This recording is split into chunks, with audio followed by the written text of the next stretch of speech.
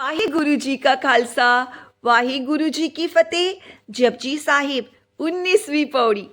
असंख नाव असंख ताव, अगम अगम असंख लो, असंख कहे सिर पार होए, अखरी नाम अखरी साला, अखरी ज्ञान गीत गुण गा, अखरी लिखण बोलण बाण, अखरा सिर संजोग वखान, जिन ए लिखे तिस सिर नाहे, जिव फुरमाए तिव तिव पाहे, जेता कीता तेता नाव, विन्नावे नाही को थाव, कुदरत कवन कहा विचार, वारिया ना जावा एक बार, जो तुद पावे साई पलिकार, तू सदा सलामत निरंकार।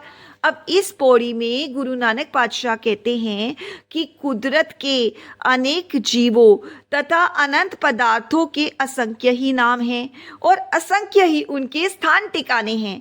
कुदरत में असंख्य ही भवन हैं जिन तक मनुष्य पहुंच नहीं सकता, पर मनुष्य कुदरत का लेखा जोखा करने के लिए शब्द असंख्य भी अगर प्रयोग करता है तो उनके सर पर भी भार होता है, क्योंकि ये असंख्य शब्द भी काफ़ी नहीं है। अब फिर गुरु नानक देव जी कहते हैं, चाहे कुदरत का लेखा जोखा करने के लिए असंख्य तो कहीं रहा, कोई भी शब्द काफ़ी नहीं है, पर अकाल पुरख का नाम भी अक्षरों के द्वारा ही लिया जा सकता है। उसकी स्तुति गायन भी हम अक्षरों के द्वारा ही करते हैं, उसका ज्ञान पर भी हम अक्षरों द्वारा ही विचार कर सकते हैं, अक्षरों के द्वारा ही हम उसके गीत और गुणों की जानकारी प्राप्त कर सकते हैं। बोली लिखना और बोलना भी अक्षरों के द्वारा ही होता है, इसलिए शब्द असंख्य का प्रयोग किया गया है। वैसे जिस अकाल पुरख ने जीवों के संयोग के ये अक्षर लिखे हैं, उसके सिर पर कोई लेखा नहीं है। भाव कोई मनुष्य उस अकाल पुरख का लेखा नहीं कर सकता। जिस प्रकार वे अकाल पुरख हुक्म करता है, उसी प्रकार जीव अपने संयोग को भोगते हैं। ये सारा संसार अकाल पुरख ने बनाया है, ये उसका स्वरूप है।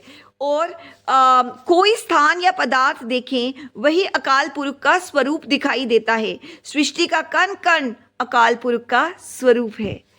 फिर गुरु नानक देव जी कहते हैं, मेरी क्या हस्ती है कि करतार की कुदरत पर विचार कर सकूं। मैं तो उस पर एक बार बलिहारी होने के भी लायक नहीं हूँ। ये गुरु नानक देव जी की विनम्रता है।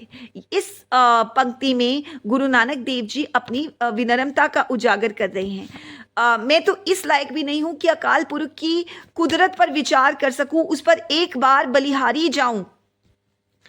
हे ईश्वर, जो तुझे अच्छा लगता है उसी में भला होता है और तू सदा स्थिर रहने वाला है। तेरी रजा में रहना ही हम जीवों के लिए अच्छी बात है। वाहिगुरु जी का खालसा, वाहिगुरु जी की फतेह।